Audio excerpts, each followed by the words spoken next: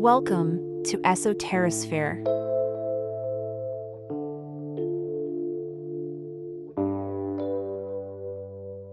Enoch 101. The Book of Enoch, banned from the Bible. For centuries, believers have asked the same question. If the Book of Enoch was once so influential, why is it not in the Bible? Was it truly banned? Or simply forgotten? And what does its exclusion tell us about how Scripture was shaped? This is Esoterisphere, and today we are uncovering the story of how the Book of Enoch was pushed to the margins, and why its fate still matters. The Book of Enoch is not a single work, but a collection of writings attributed to Enoch, the great-grandfather of Noah. In Genesis, we read that Enoch walked with God, then he was no more, because God took him. Unlike every other figure in that genealogy, Enoch does not die. He is simply taken, an open-ended mystery that ancient writers rushed to fill. The result is what we now call 1 Enoch, composed between the 3rd century BCE and the 1st century CE. It contains 5 major sections. The story of the Watchers, angels who fell to earth and fathered the Nephilim. Enoch's visions of heaven, where he is shown the cosmic order. Prophecies of final judgment. A parable of the Messiah and the future age of righteousness. We know that the Essenes, the sect that preserved the Dead Sea Scrolls, valued Enoch highly. Fragments of it were discovered in their caves at Qumran.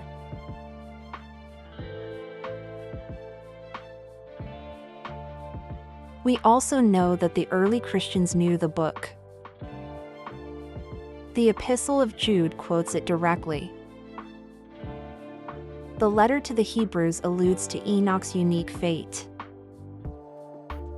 Church fathers like Tertullian and Irenaeus cited it, sometimes to defend its authority. For a time, Enoch circulated widely and carried weight. So why did it vanish? The decision was not made overnight.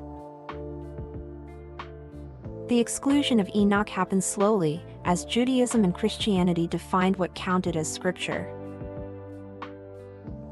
In Jewish tradition, the rabbis who shaped the canon in the centuries after the destruction of the temple did not include it. Perhaps its wild depictions of angels and cosmic wars did not fit their vision of a more rational, ordered faith. In Christianity, as bishops and councils debated which texts would define orthodoxy, Enoch's fate was sealed for 3 reasons. First, its theology was too elaborate. It describes angelic beings descending, interbreeding with humans, and passing down forbidden arts. It names archangels like Uriel and Raphael, and introduces Azazel as a corrupter. Its cosmology is vivid and strange, more like apocalyptic science fiction than tidy doctrine. Second, it undermined authority. Enoch is a human who receives divine visions directly, without temple or priestly mediation. That raised uncomfortable questions for leaders who wanted authority centralized in the church. Third, it attracted the wrong followers. Gnostic and mystical groups loved Enoch. Its dualism, its secret knowledge, its vision of spiritual conflict, all resonated with movements that the church sought to suppress. To reject those groups was, in time, to reject the text they loved. Strictly speaking, Enoch was never burned in great heaps or declared heretical by name.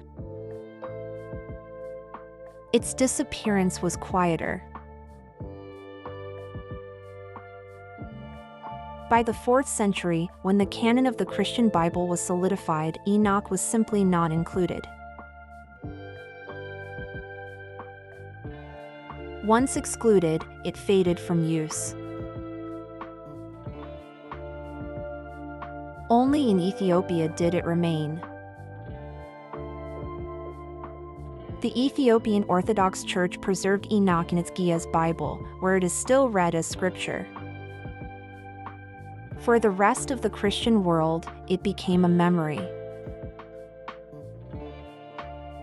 A book known by rumor, quoted by a few, but absent from official lists. So why care about what didn't make the cut? Because the story of Enoch shows us how Scripture itself was constructed. The Bible, as we know it, was not handed down in one piece. It was curated, debated, and sometimes censored. Enoch was part of that process. A text beloved by many, but ultimately pushed aside. And yet, the book endures. It survived in Ethiopia, it resurfaced in the Dead Sea Scrolls, and it still raises questions for anyone who encounters it today. Who decides which voices count as scripture? What visions of heaven and earth have we lost because they were too unsettling? And what other texts may still be waiting to be rediscovered?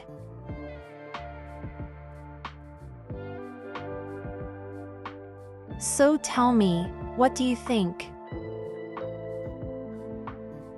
Was the Book of Enoch unfairly cast out?